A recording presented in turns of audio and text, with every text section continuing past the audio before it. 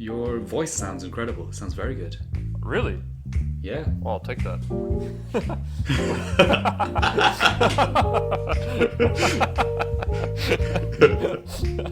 Listen, I had one sip of whiskey and look what's coming out my mouth now. Oh, that's hilarious.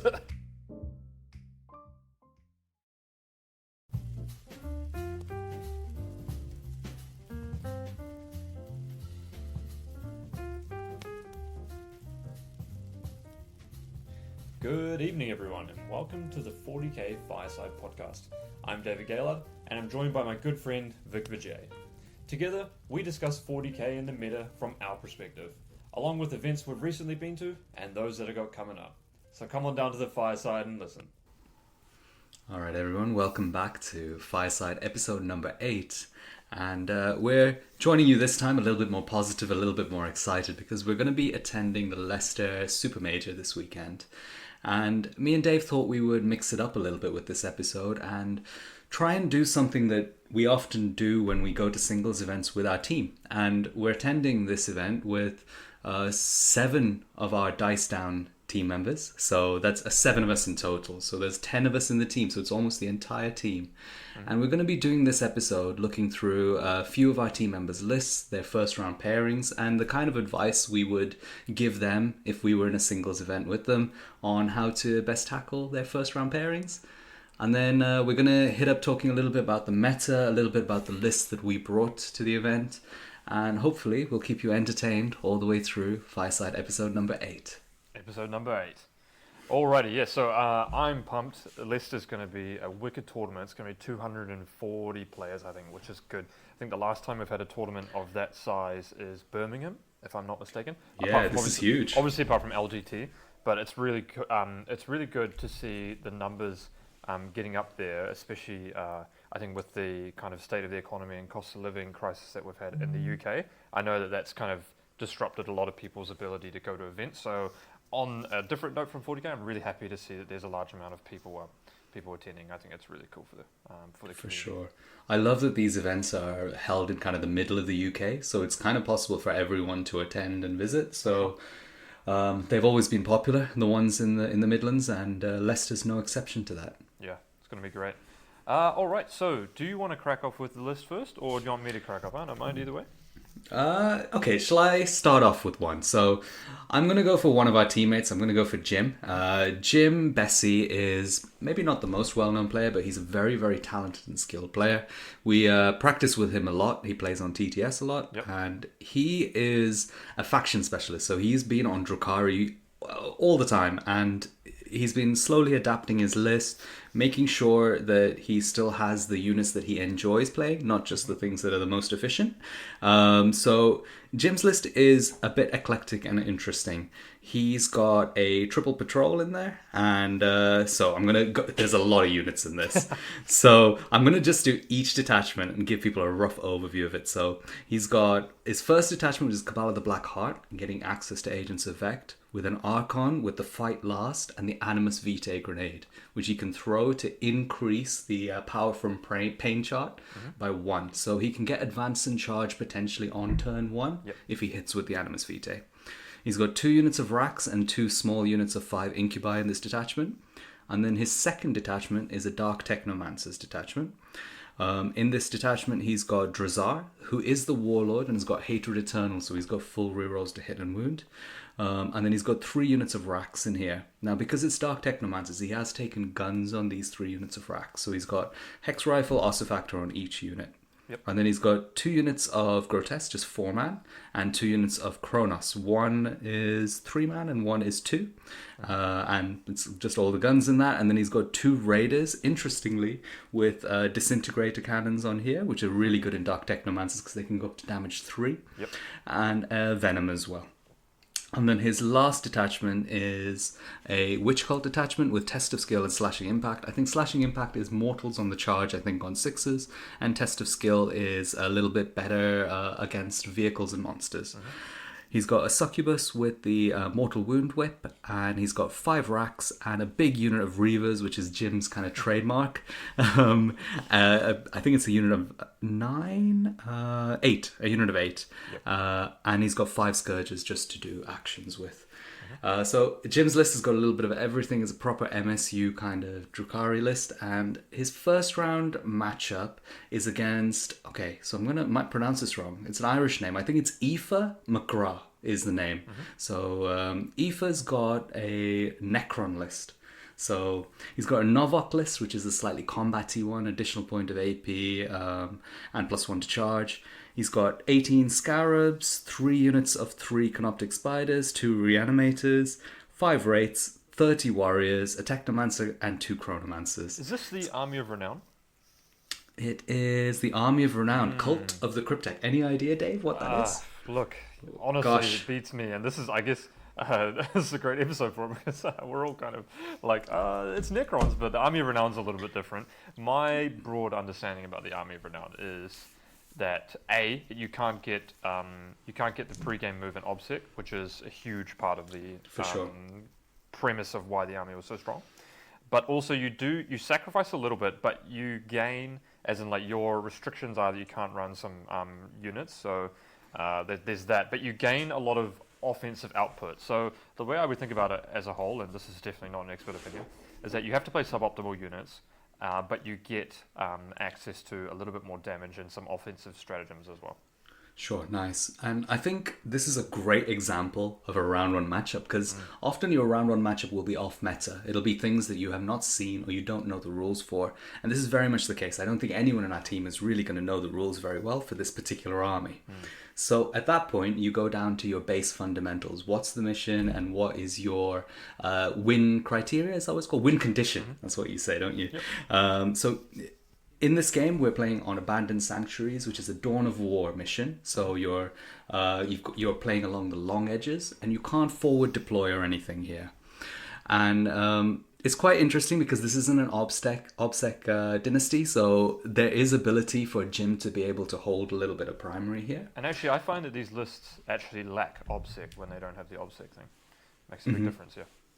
Yeah, for sure. And I think in Abandoned Sanctuaries, what usually happens is that there's, especially in UKTC, one of your flanks, so usually your right-hand side flank, has a little ruin that you can tuck into, where the L lets you go further forward than the other side. Hard to explain, but essentially there's one good flank opposite your big L, and there's one weak flank on the other side. And depending on the opponent's deployment, I find in these ones, you can end up being able to really attack one flank, but it's hard to tell until they've deployed which is the flank you go for. Because you only have one objective in your deployment zone, and then there's 2 in the middle on the midboard, if you can create this little L shape where you've got your objective and you can hold one of the flank objectives for 8 on the primary, I found that puts you in a very strong position going through this game. Yep. With an army like Jim's, where he has a little bit of tough stuff and a little bit of fragile stuff, I'd usually tell him to try and identify what the flank is and put your tough stuff towards that flank. So that would immediately mean that he has to deploy his tough stuff later on in his deployment step. Yep. That would be my kind of advice I'd give him before we start. What do you think, Dave? Yeah, and you kind of want your Flamers to line up against things that really matter. So there's only, when I look at Necron lists, there's only a couple of things that can actually deal damage. And I just quickly jumped on the old infamous Wikipedia to check out what the Army of Renown does. And effectively, as per my understanding right now, is that you get +1 attack on everything. So that's quite good. And Novok gives you access to +1 attack stratagem, if I remember correctly, and +1 strength on the charge. But you are limited to the number of units you can take. And then what I like to do is look at, the first thing that jumped out to me was obviously he's playing 3 units of 3 Canoptic Spiders, which if you're a player like me, you probably have no idea what they do. So I usually go and see what's a Canoptic Spider. And then there is a strat with the Army of Renown called Aggression Overrides. And use it in your command phase, and Canoptic Spiders get 2-inch movement, and they become weapon skill 2. So I think that's actually kind of one of his leapfrog units that can actually deal a lot of damage here as well. So that's going to be something you want to look out for. But I think, their saves are not, they're not amazing. And then actually Dark Techno Flamers are quite good against them as well. So for sure, I think just making sure you're, like when you play Jakari, of course, is that you're not getting into combat with the stuff that doesn't need to get into combat first, so your Incubi and whatnot like that.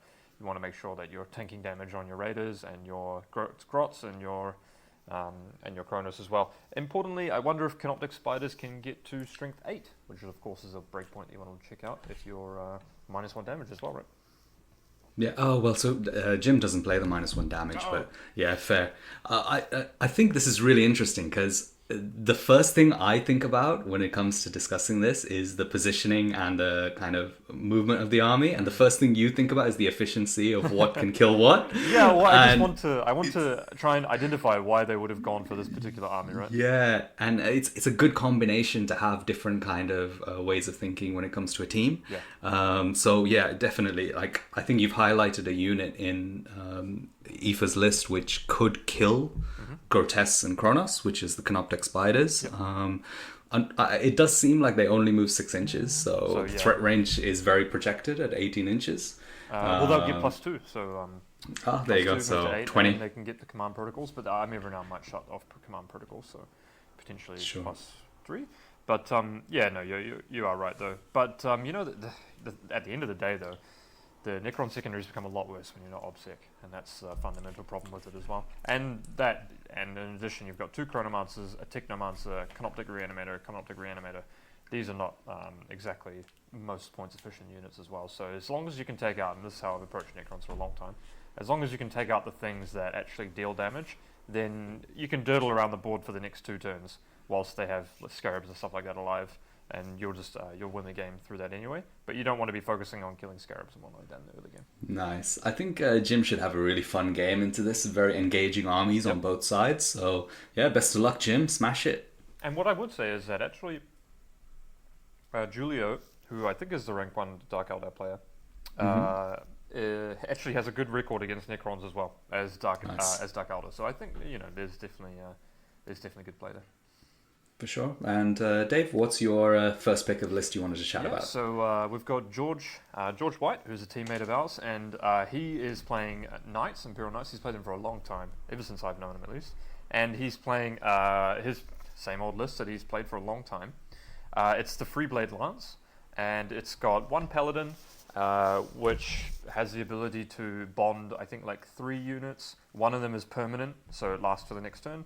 And then he's got 3 Halverins, which all have the autocannons, and he's got another Halverin with the Bastard's Helm, and then he's got the Bastard's Helm is on one of the 3-man squad. He's got another Halverin who's Questa Mechanicus, and then he's got 1 unit of Armiger Warglaves, 1 unit of Armiger Warglaves, and they both have, the different one has competitive edge, and the other one has trans hitman in combat.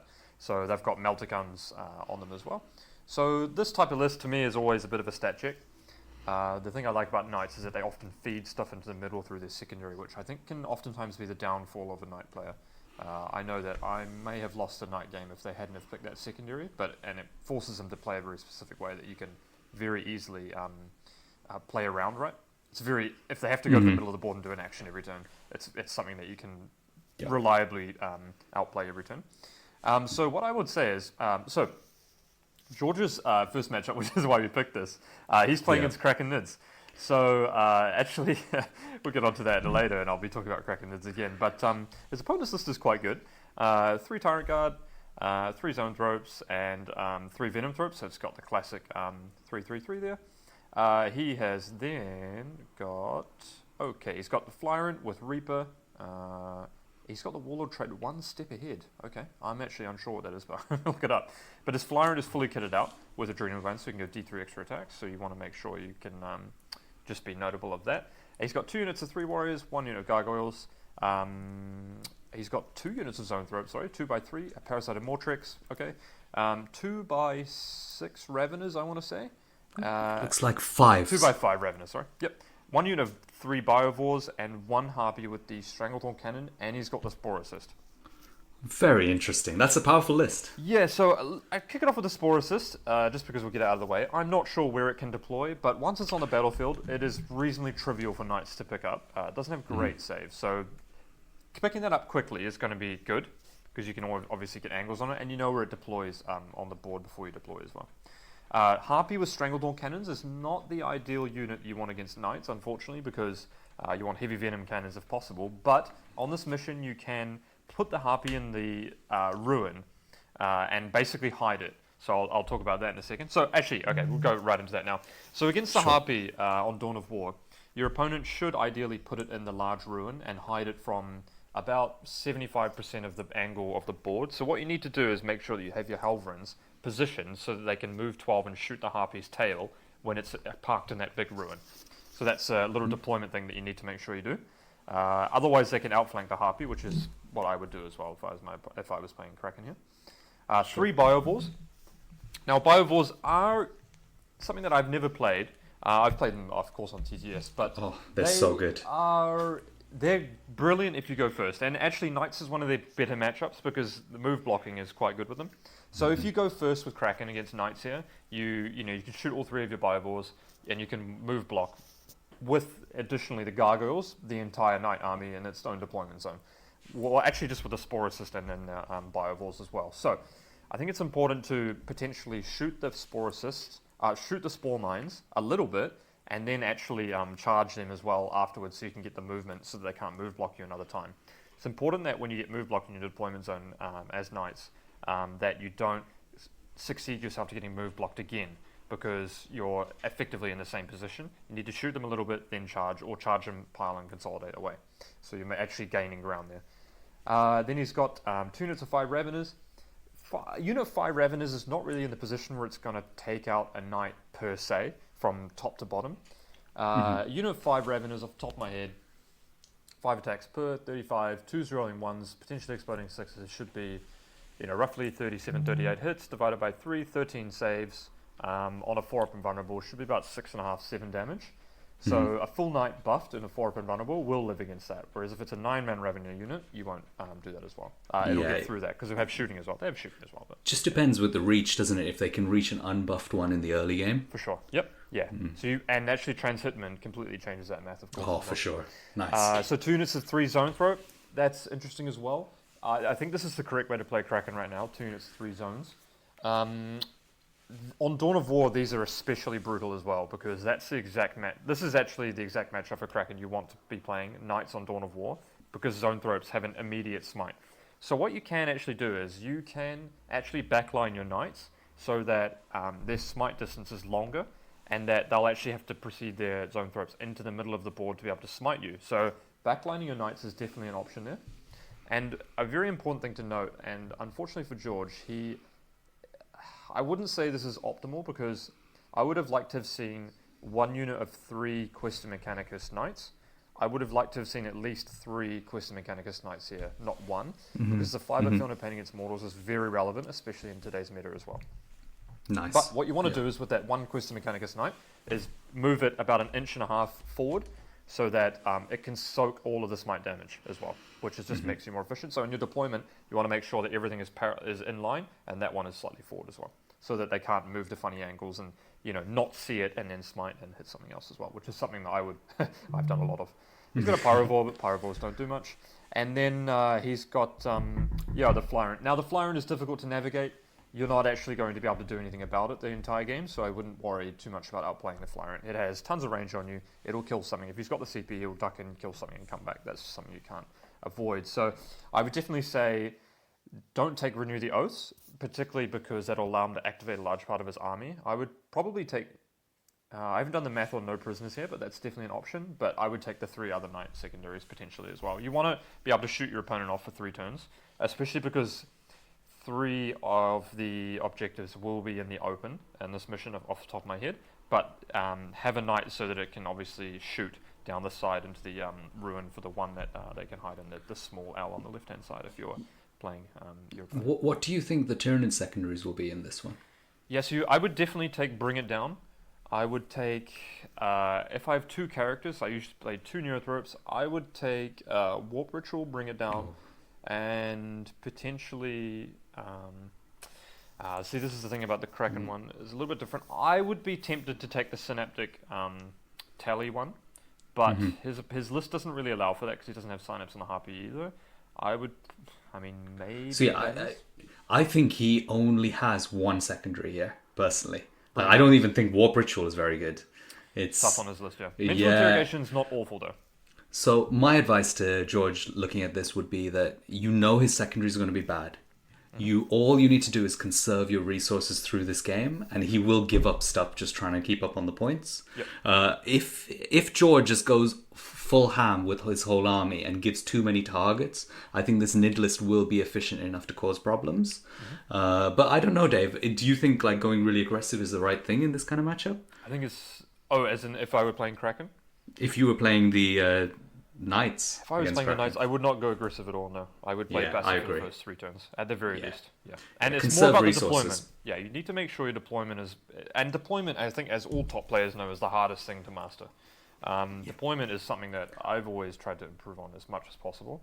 And it's a bit of a game of chess. You need to make sure that your units are lining up where their units are obviously going to deploy. He also has the Parasite and Mortrix, which has Alien Cunning.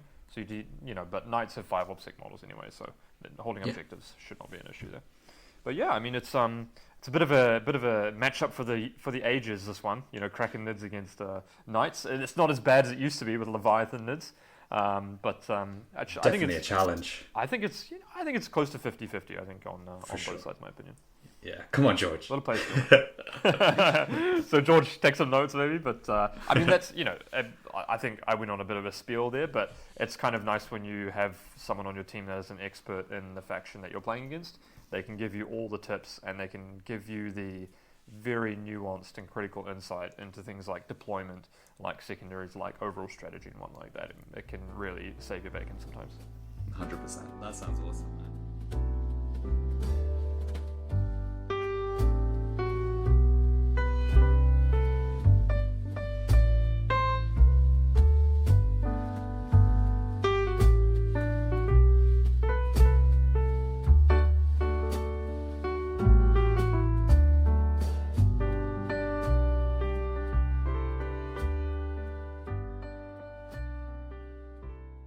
All right, guys. So after that, we just covered 2 of our teammates' lists. So let's go on to the general public. We wanted to chat about some people's lists that we thought were interesting.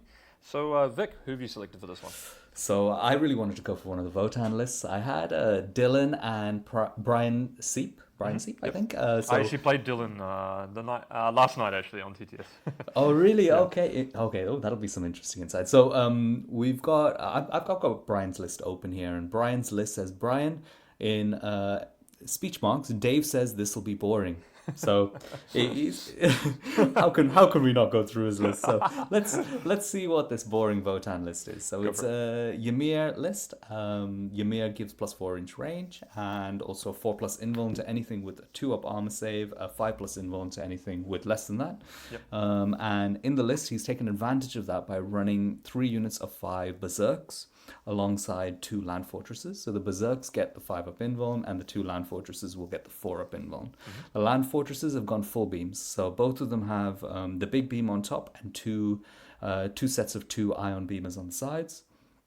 He's then finished off the list by running just 2 units of bikes and 3 units of 10 Hearthkin warriors. 2 of those units of Hearthkin warriors have medipacks and scanners, so I guess they're the ones which kind of go forward, and then one of them's just naked and probably stays at the back. Yep. And then he's got the full allotment of 3 characters in his battalion. So he's got the Forge Master with the Master Armorer trait. He spelt it wrong though, so that's -10 points for him from me. And he's got the Grimnir, which is the Psycho with the Murmuring Stave that lets him do a psychic action and still cast a spell. And he's got the +1 CP and the Fortify spell, which is the 6-up Fiona Plane, +1 toughness. Yep. And he's got Null Vortex, which is a 3rd spell he can take because of the relic. I don't know what that does. Yep. And then he's got a Carl, just a normal Carl. He's got a teleportation crest, and he's gone for the full damage combo of the Grudge's End, which gives him +1 damage on his bolter, and +1 AP. And he's got a long list, which lets him ignore cover and kind of snipe characters as well if the character has a judgment token on it. Nice. And anytime an enemy unit dies with a judgment token, if the Carl can see anything, he can transfer the judgment token over to another unit. So very useful warlord trait. That certainly seems really powerful, at least on yeah. paper. It's excellent warlord trait. It really gives a lot of abilities for just the 1 CP investment. That's So his list. It's small. did you say 3 units of 5 berserks or 2? 3 units of 5 Okay. berserks, all with the hammers, so all And 3 damage. he's also got the Grimnir in there as well, actually, which is a bit of a controversial point.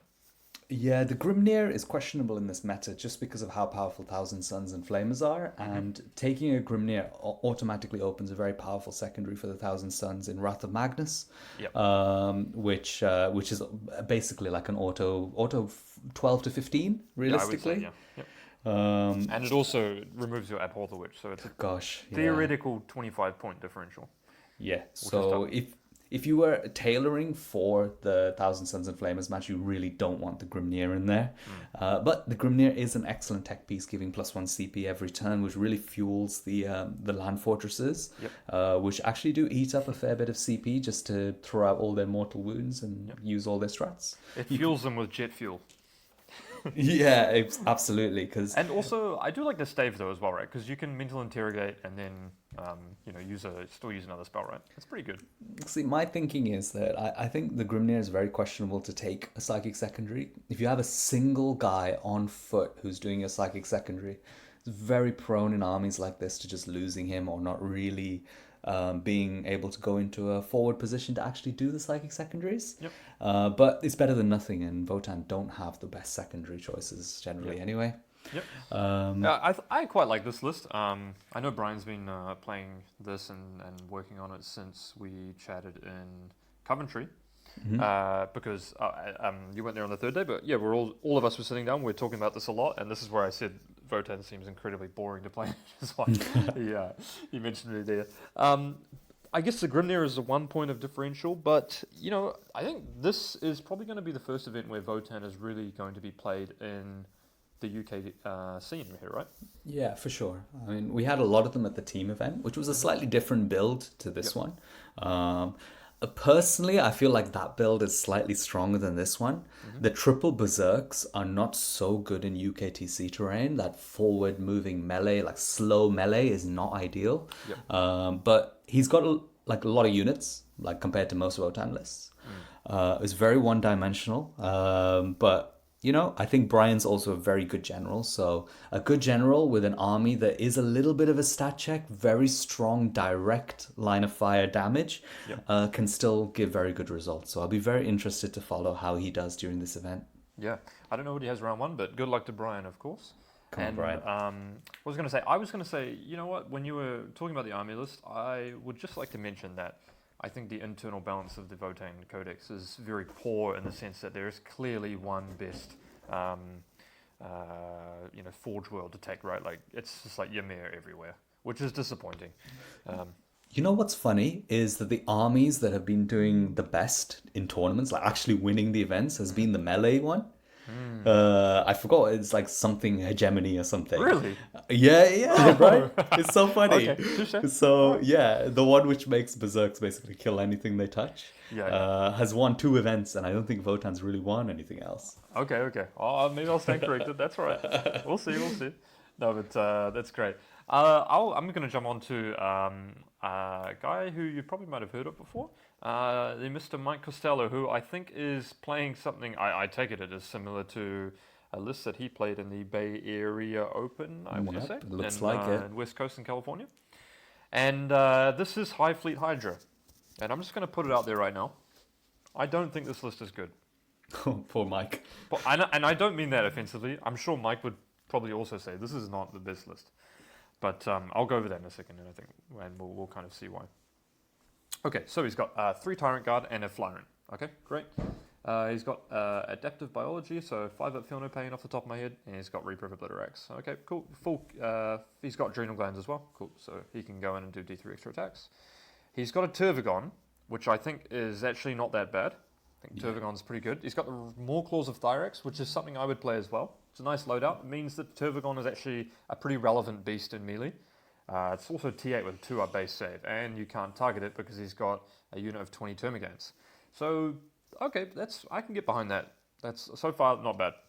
Where this gets a little bit funky is that he's got 3 units of 15 Hormigorns. Now, normally when you would say High Fleet Hydra, of course you would play Hormagaunts, because if you don't know, guys, High Fleet Hydra is when you attack a unit with fewer models of your own, you get +1 to the hit roll. And then I'll check what his adaptive is, although I take it it's +1 to charge. We're going to find out here in a second. Say Adaptive Hydra. maybe it's just the Hydra one. Okay. Oh, it's just a Hydra one. Okay. So add 1 inch to the movement of to the move characteristic of models. So +1 inch move, and whenever you move, you can make a consolidation of additional 3 inches, which is actually strictly better than +1 to charge. So that's why I was wondering if he was going to play +1 to charge, but no, this one's strictly better. So Hormagaunts, guys, are an interesting data sheet. I actually think that they are one of the worst data sheets in the Tyranid Codex, and I'm going to give you some background. They are the melee equivalent of Termagants, right? So they're only melee. But then there's strength 3. Okay, strength 3. Not amazing. That's pretty tough. They're also weapon skill 4. Like, why is the melee only variant of the Gant weapon skill 4? Okay, yeah, and strength 3. I mean, absolutely mind-boggling why that is designed like that. I think it's it's travesty. They're also 8 points per model. Yeah, they're very expensive. I saw that. It's a really expensive unit for how tough they are. So, but they are really good though, because they have 3 Right. attacks at strength 3, AP 1, damage 1. No, that's terrible.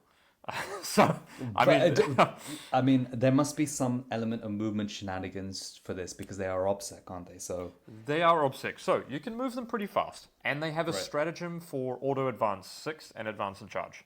So Sure, you okay. can move them off the top of my head 11 inches, 17 inches, and advance and charge with no psychic power, which is not terrible, right? yep. But they also That's do no fine. damage. So But that's fine in itself because primary denial is a very powerful tool sure. in this meta. So it's not bad. Yeah. that is 120 points though. Okay, it's expensive. And then we've got a Death Leaper. Okay, yeah, I can get behind the Death Leaper, but probably not the most competitive pick. In Hydra, I guess he's a little bit better. 3 Venom Thropes, 3 Zone Thropes. Okay, pretty standard. He's got the Parasite of Mortrex, Alien Cunning. Good again. Ripper Swarm, 3 Ripper Swarms. Okay. Again, not a stellar data sheet, I would say. And then he's got 3 units of 1 Screamer Killers. Now, I wish more than no one, that Screamer Killers were amazing. Screamer Killers are not bad. I will be honest with you. If a Screamer Killer gets into combat, it does a lot of damage. And I was when the Tyranid Codex first came out, I was going on about Screamer Killers because they basically have like 11 attacks at strength 6, but okay, that's not bad. But they'll probably be hitting on 2s in this Hydra, hopefully.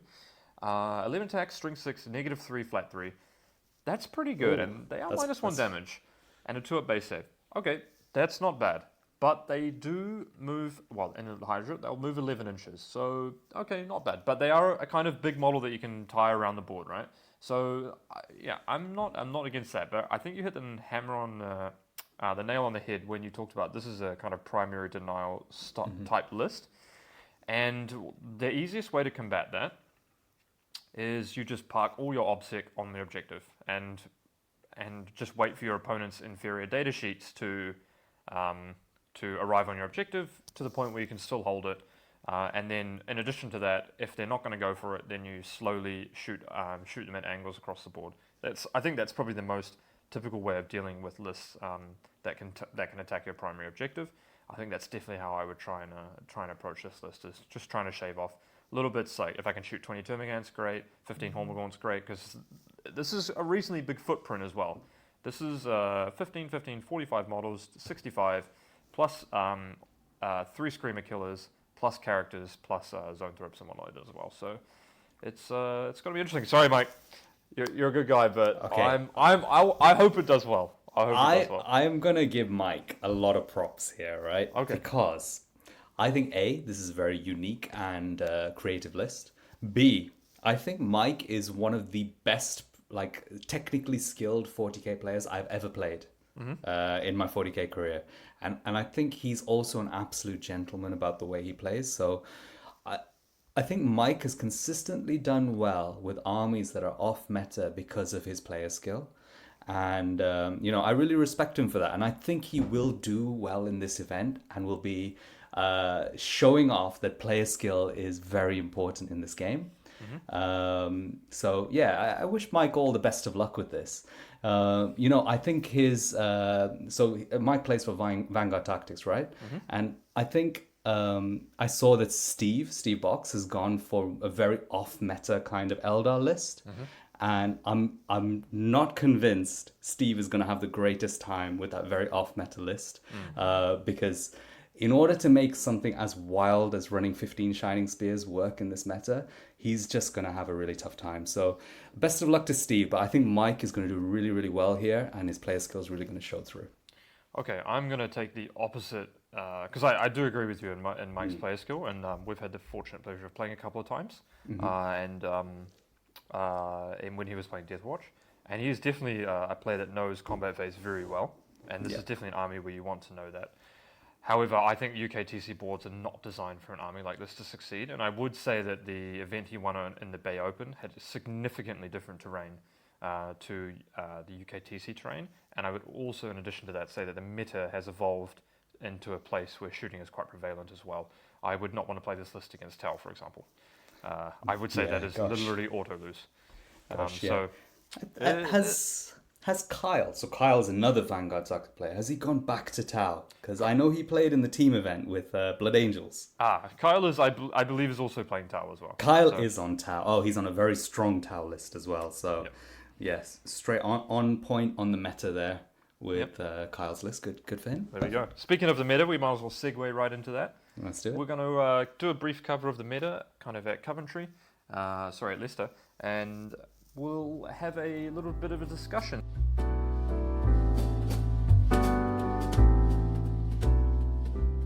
So, Vic, what do you think? I guess maybe a good way to springboard this is, what do you think the changes from Coventry to Leicester have been?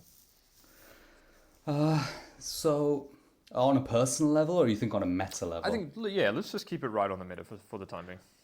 So I don't think much has technically changed, because Astra Militarum, so Imperial Guard, hasn't really isn't allowed in events. Leagues of Votann is probably the biggest shift in the meta. I think it's become more and more obvious over time. Well, actually, it was always obvious that Flamers are very, very powerful. We were talking about that 2 episodes back, right? And that's almost a month back from now. That Flamers are very, very powerful. I think one thing that hasn't been explored in the UK meta as much as it's going to be this weekend is the power of the Thousand Suns and Flamers combination. And I think it has a very low play rate at the moment, but it's an extremely powerful army, which we found in testing. And it's probably the reason why both of us have brought Thousand Suns and Flamers to this event. It sits in an interesting place because it doesn't feel broken. The Flamers are very, very powerful, so they are a little bit broken. But the combination of the two together creates a very powerful synergy that is both engaging to play and also very, very strong. So it's an army that I think a lot of top players or players who enjoy playing competitive 40k will jump onto. And we've seen that in Leicester now. And I think that's going to be the big meta shift for us in Leicester. Me, you, and about 3 or 4 other really experienced players have jumped onto Thousand Suns and Flamers for this event. Yeah, I would completely agree with you. I think Thousand Suns Flamers is the biggest kind of... I guess if you were to, thematically code the event, that would be the kind of the biggest talking point. I think I would definitely agree with you in that Thousand Suns Flamers, it's for, I think a lot of people we've kind of been in a bit of a stale meta, has been a little bit boring and is kind of solved as well. And I think that Thousand Suns Flamers presented itself as an opportunity to A, play a strong army, and B, play one that was engaging and new as well. So I think it's no surprise that a lot of people, including both of us, have jumped onto that because, if you're a top tier competitive player, that's 2 things that are the reason you play the game, right? Exactly. You've got an army where you can compete very well and it's fun and engaging to play. Now, in terms of the rest of the meta, we've got Leagues of Votann as well, which will be at the event for kind of the first time, so it'll be interesting to see how they've done. What I would say is that we're also missing the Astra Militarum Codex, which I think is a sad decision by GW to disallow that from the tournament. I know it got sold in a limited box run, So it was theoretically limited by which players could get access to it, but like in life, many things are limited, and there are other things in games, and in 40k that are limited that not everyone can get access to as well. And I think it's just a shame that people have been waiting for that codex for such a long time, and only to have it available to them, but not at tournaments. So that's my side rant on that. I won't go any further on that one. So we won't be having we won't be having New Guard. We want the rant, Dave. Okay, guys. What I would say is next episode I'm going to be having a big rant. Big rant. Multiple rants. We'll get stuff off our chest in the next episode. There's some good stuff to talk about. And then we've got obviously Tau, which I think still remains very prominent. We've got Nassim playing Tau as well, which I think is something you'd obviously expect. We've got Mike Porter playing Harlequins as well, which is the previous winner of Coventry, which, as I'm going to brag now, I totally picked to win the whole event. So I'm happy that he went undefeated. Mike is insane, Yeah. I was looking through the CRS rankings of the win-loss ratings, and I was doing the percentages of the top 10. Yep. And there are 3 players above a 90%. There's Manny and Tom Ogden, who are both kind of in the lower 90s, which is crazy, right? 90% win rate with a high volume of games is insanity. But both of them have a little bit of drama attached. There's stuff going on in the background. Mike has 0 drama, and he has the highest win percentage out of anyone in the world at 97.5%. Good on you, Mike. That officially certifies you as the best Warhammer 40k player on the planet right now. Signed off by 40k Fireside. It doesn't matter that he's not top of the ITC rankings. That level of win rate attending multiple big events is insanity. So, well played, Mike. Well played, Mike. Although I will note that he did drop to not lower his win rate from LGT. But it's so he was due to play me, right, in that round. So he probably would have kicked my ass. So I escaped that one. Here's what I will do, though, and I'll make another prediction for this event. I think this is going to be a very tough event for Mike Porter, because I know from my playtesting that Harlequins it's very tough to beat Thousand Sons Flamers as Harlequins. And given that there are about 6 strong players on that exact army, I think that's going to be tough. Obviously, Mike has the benefit of being a kind of faction master, but I've also had the pleasure of playing against some very good Harlequin players as well. Obviously, Vic yourself included. So I think that matchup's going to be a bit of a tough one. So let's see if he can dodge it, though. He did play the gauntlet, so to speak, in Coventry. So yeah, that'll be interesting. And then we've got I think the thing that and this is what I was going to say about Kraken when I mentioned it earlier, is that I think if I had submitted Kraken for this tournament, it would have been an absolute powerhouse of a list. Primarily because Kraken actually has a good matchup into basically everything here. Particularly, it has a great matchup into Thousand Sons and Flamers. And the reason it has a good matchup into Thousand Sons Flamers is because it has that reach where you can get your Raveners into all of the kind of important units. I'm still rambling. And then then you've obviously got Harpies, which can bomb both the Terminators. So Vic, I was just catching everyone up with saying that I wish I'd kind of submitted Kraken Nids for this event, because I think that might have been that would have been the list to win the whole event, because it's great into Thousand Sons Flamers, good into Harlequins. It's got a coin flip matchup into Tau. I think that would have been a really good pick. Kraken is 100% the counter to this. So Kraken and Blood Angels are the 2 most powerful armies into the Thousand Sons Flamers, and I think Kraken is even better than the Blood Angels generally into the You've meta. got Denies, you have -1 to cast, you have Harpies for mortal wind bombs, and you got the reach as well. Funnily enough that you mentioned that, but my round 1 is Blood Angels. Well, if you're going to play them on any mission, at least play them on the one where they can't kind of run at you with Death Company. Yes, I was definitely worried, and then I realized that he can't forward deploy on this mission, so I was like, I got a little bit lucky on that one. So yeah, I think we're both really excited to play the army. We've come together with some pretty similar lists, and I think the lists across the 6 strong players that are playing it, are reasonably similar. But I think if you know a lot about the game, then you can perhaps identify that there's actually quite a bit of list nuance, decision nuances in there. So they're not all kind of copy and paste lists. So I know this is like cliche, but I genuinely, out of all of the Chaos Legions, Thousand Sons is my favorite. And I don't know if you remember, Dave, but when the Thousand Sons Codex came out, I was immediately onto it trying to test it. And what I found was that it's actually extremely one-dimensional when you play 20 Terminators and then just Yep. Rubric Marines. The damage profiles are all very, very one-dimensional, and the movement of the army is very one-dimensional as well.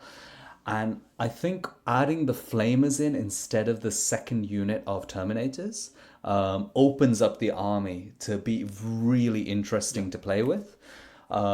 It's also admittedly extremely strong. It covers a lot of the weaknesses of the army, so it ends up with very few bad matchups. But I think we found in testing that actually every game is challenging and Yep. interesting to use the army. So I think that's why there's quite a few of them at this event. And yeah, it'll be really interesting to see just how well the kind of six T Suns and Flamers players do, which is still not a very high amount, to be honest, across 240 Well, players. there are more than six, but there are six Oh, strong are players there? playing reasonably similar lists as well. Are I there think more there are than maybe six? maybe Gosh. 9 players or something like that, but they're not all. But outside of Okay, that that's six players, still they're not all okay. playing kind of high end optimal lists as well. But you know, I Sure, think looking sure. at the numbers, I think Knights were extremely popular. I think even like Oh, Dark yeah, they Elder were were. very popular. Tower were as well. So I don't think that it's one of the top represented armies by any means necessary as well. Fantastic. Yeah, I mean, I don't know if you want to go into any of the list details or not really. Maybe we'll save that for after Yeah, the no, let's event. do it now. Yeah, of Should course. we do it? So I Let's do think it. when Cool, did man. we decide to play this list? I think it was probably after Coventry some point, right? Like pretty much straight after Yep. Coventry. We both had this on our radar because we have to give credit to Yep. Liam VSL from Team Belgium, who kind of initially came up with this idea on the Yep. world scene. And he came second in a major event and went undefeated with Yep. T And he Sons and was second Flamers. place at the And he Alliance Open last weekend as well. Yep. Oh yes. So he's an exceptional player, like probably one of the best, if not one of the like up right there with one of the very very best Yep. players in the world. And he was running this list, and we got our inspiration Mm-hmm. from him to kind of try it and test it. And I think we both realized very quickly that this is an army that will sit very well in a Yep, singles for meta, sure. and will also work effectively on Mm-hmm. UKTC terrain. So we both started to just play around with our list ideas and develop them. I think you took a very similar list to Liam, and I took kind of a more of a UK heavier damage approach, and then we ended up kind of meeting in the middle with Yeah, I everything. think I'm going to go off on a little bit of a tangent here. I think there is merit to, and this is harkens back to when I played Magic the Gathering a lot, where actually net listing and copying decks or copying 75 card decks was very common. And one thing that I learned was very important was to not make adjustments to a list before you actually try it. So what the approach I like to take is that if someone has done well, I take their exact list, I play it, probably 2 games before I maybe start making tweaks.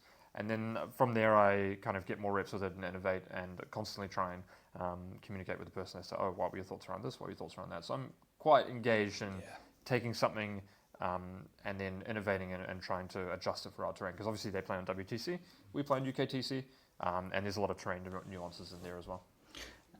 And I think your approach is probably the kind of more safe and correct one for people generally coming into competitive 40k and trying to do better.